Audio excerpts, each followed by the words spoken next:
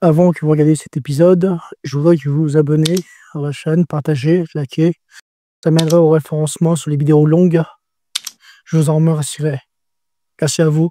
On se voit à la prochaine. Et voici l'épisode.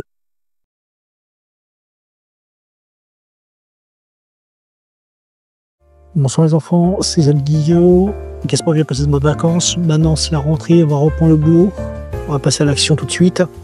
On va parler dans cette vidéo de podcast de la deuxième partie sur les morphologies. On avait fait la première sur la morphologie générationnelle. Là on va parler de la morphologie physique. J'en ai mis 4, les plus vus, les plus connus, mais divisés en 2 catégories. Les morphologies dites légères et les morphologies volumineuses. J'ai choisi ces noms pour être cohérents et simplistes. Pour dessiner ces physiques, j'ai décidé d'inclure avec une nouvelle structure graphique la tête et le torse. Pourquoi? Parce que la position des bras et des jambes sont complètement différents du physique que je vais dessiner. Je vais faire en premier les morphologies dites légères.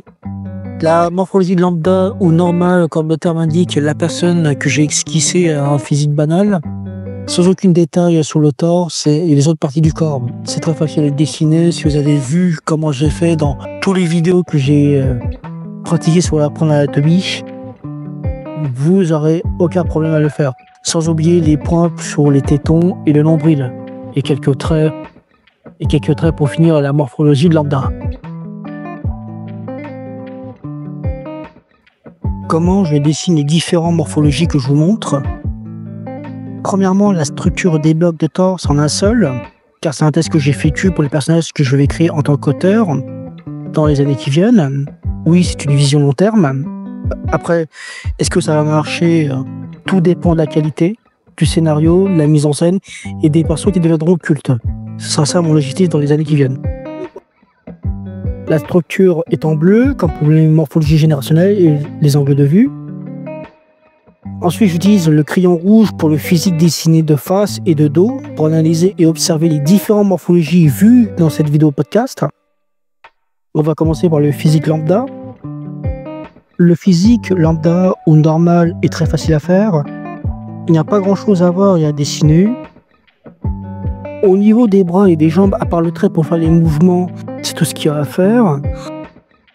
Au niveau des pectoraux, il n'y a aucune construction physique ou obésité, ce que j'expliquerai plus tard dans la vidéo. À part le nombril, vous faites un petit trou. Vue de dos, pas grand chose. Je fais des traits obliques pour les côtes et une ligne droite pour la colonne vertébrale. J'oubliais une chose au niveau des jambes, il y a les chevilles qui sont visibles. J'utilise le critérium pour dessiner le corps complet après avoir fait la construction physique en rouge. Et je repasse avec un 0,1 pour le visage et les éléments du corps et le 0,3 pour le contour. Pour le visage, il n'y a pas de trait marquant contrairement aux autres.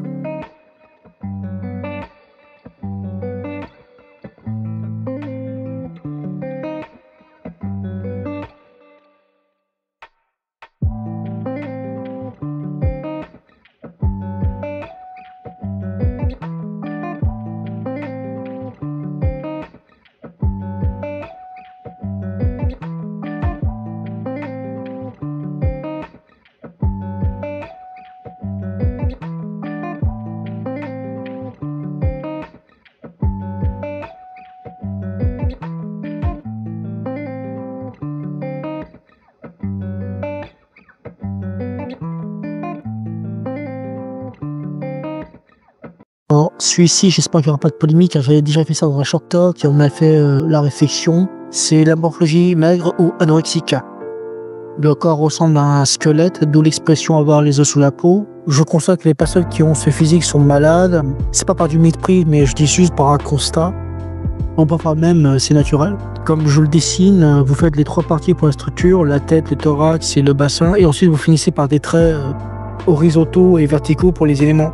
Comme vous visualisez, on voit son corps creux, que ce soit son visage, mais aussi son torse. Mais j'oublie aussi le reste de son corps. Ah oui, je mets toujours la vue de dos sur chaque morphologie physique que j'ai esquissée, si vous vous demandez pourquoi.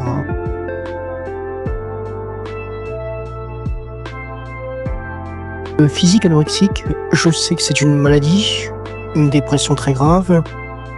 Je suis pas là pour me moquer ou pour choquer l'opinion. J'étais dans le même tas que ces personnes.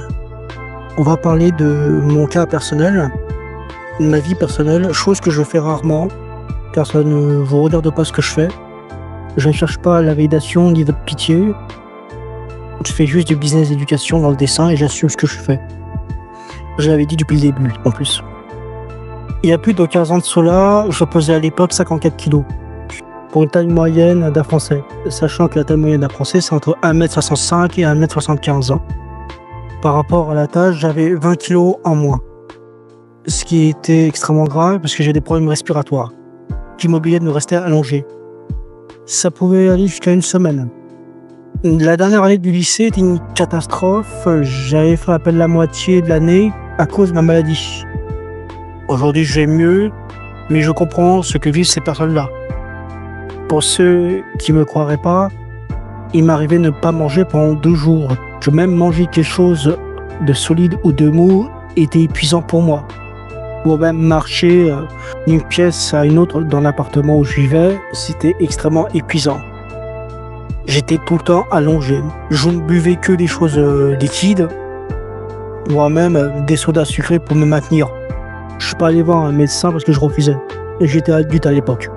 C'était un peu mon orgueil qui a fait ce que j'étais devenu aujourd'hui. C'était moi qui ne voulais pas voir un médecin à l'époque. Pas par j'étais en train de me rebeller, non, j'avais pas le temps pour ça. Mais j'avais plus des problèmes personnels graves à gérer à cette époque-là. Au niveau du dessin avec le crayon rouge, sa structure sera plus fine au niveau des bras et des jambes. Les mains seront plus fines, les épaules seront carrées. Au niveau du corps, je donnerai deux formes géométriques trapézoïdes. C'est l'image qui me vient en tête quand je faisais ça. Des épaules jusqu'au ventre et du ventre jusqu'au bassin. Car au niveau du ventre, il se resserre contre au physique lambda qu'un physique rectangulaire. Au crayonné, on voit les marques de l'anorexie, la colonne vertébrale visible, la cage thoracique, la clavicule. Pour le visage, les creux au niveau des joues et aussi des yeux. Pour la deuxième moitié du corps, on voit aussi l'écart des cuisses extrêmement fines dans cette morphologie. Contrairement aux autres morphologies, que les cuisses sont plus rapprochées.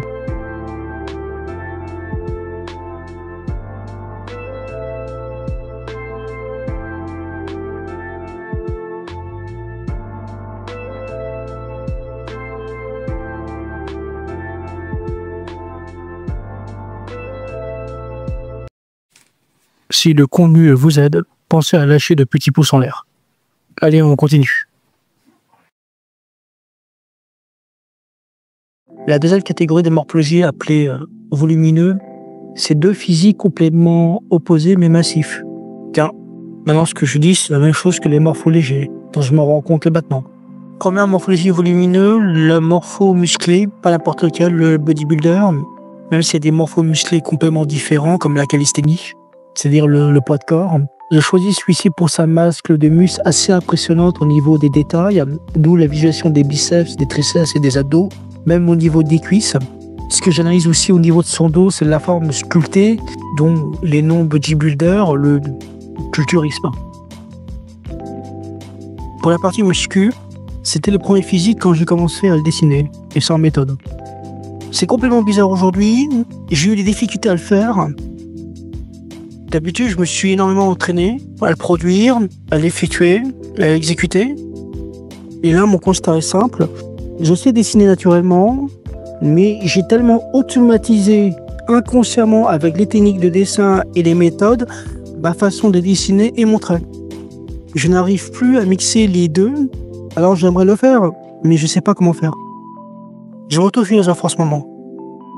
Bon, parlons structure, le muscle pour le cas du bodybuilder, non seulement son corps est massif, au niveau du thorax, j'ai fait un physique en Y, car il y a plusieurs morphologies de musculation dans ce cas. Pour les pecs et les abdos, la forme du trapézoïde pour les pecs et du rectangle pour les abdos est la façon la plus simple à le faire. Pour les trapèzes, ce sont des obliques. Pour le cas du body, c'est plus volumineux.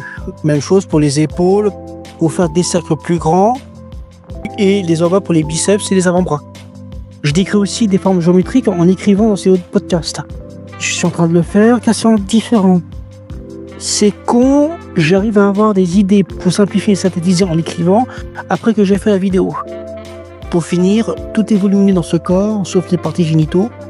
Pourquoi? Ils ont tellement de testo qu'ils ont du mal à gérer leurs énergies et ils baissent tout le temps.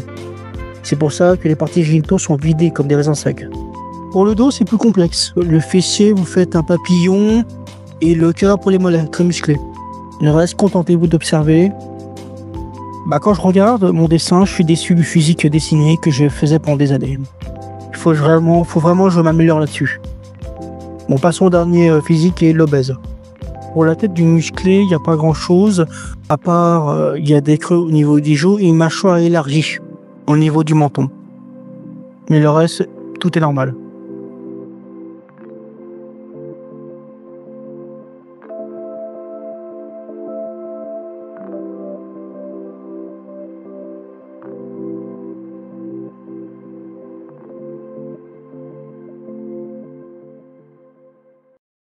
Deuxième morphologie, volumineuse, j'espère qu'il n'y aura pas aussi polémique, le morpho obèse ou grasse et pli de peau.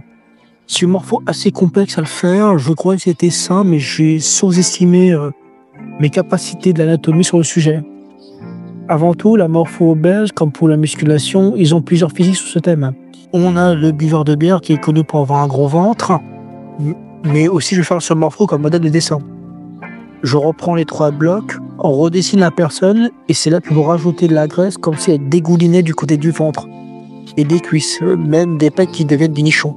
Comme vous regardez, sans être sadique, j'ai l'impression que ça dégouline la peau qui prend les plis de graisse et non la visibilité des poignets et du coude. Même dans le dos, on voit les plis et c'est ça qui fait la différence entre un morpho musclé et un morpho obèse. C'est-à-dire que dans un morpho musclé, tu as l'impression que c'est une sorte d'entretien de maintenance du corps, tandis que dans un morpho obèse, il y a une forme de dégoulinance. Même dans cette morpho obèse, il y a le bébé, mais c'est normal au début de sa formation corporelle. Avant tout ça, il y a des livres qui m'ont aidé à faire cette vidéo de podcast. Ce sont les livres morpho. Certains d'entre vous connaissent, mais c'est très connu. L'un, un livre pour les morphos musclés, et l'autre pour les morphos obèses, que je vous conseille pour comprendre l'anatomie. Je mettrai le lien en description.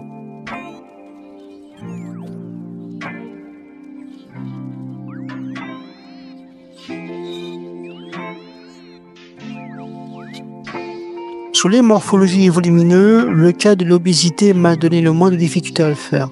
Au niveau du bras et des cuisses, il n'y a aucun problème à le faire. Pour les bras, surtout l'épaule et les biceps, imaginez un t-shirt volumineux. Et pour l'avant-bras, vous faites juste un cylindre.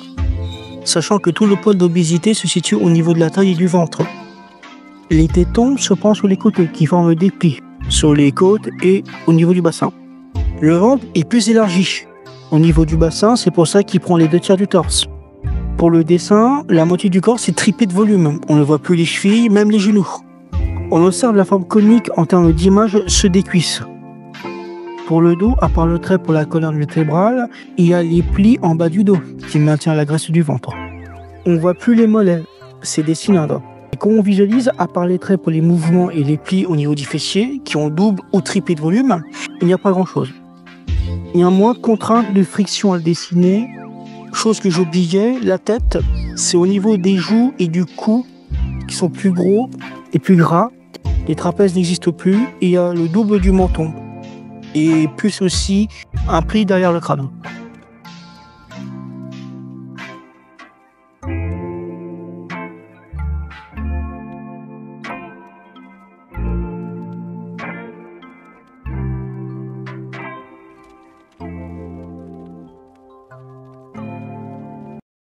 Comme je l'avais expliqué sur les proportions, que si la personne est grande, sa tête est petite et inversement pour les tailles qui étaient les bases de l'anatomie. Dans cette vidéo de podcast, on a vu les 2 vidéos sur la morphologie anatomique, soit générationnelle et physique. Et ben, on constate que la tête, quelle que soit, est à l'image du corps de l'individu. Ce n'est pas pour rien que l'expression on est le physique de nos idées. Je peux même vous donner des cas concrets d'exemples, surtout pour les plus consolés d'entre vous. Quand vous jouez à un RPG, quand vous créez un perso, on vous donne différentes astuces pour créer ces personnages. Faites-le et visualisez la tête et aussi le reste de sa morphologie. Et vous constaterez ce que j'ai dit est vrai. Dites-moi dans les commentaires, je vous répondrai. Merci de m'avoir écouté. Abonnez-vous à la chaîne pour les contenus qui vont arriver. Partagez à vos amis ou à des connaissances qui vous intéressent, ou à même des confrères. Likez, c'est important pour le référencement de la chaîne. Merci de m'avoir écouté, c'était Joël Guillot. On se voit à la prochaine.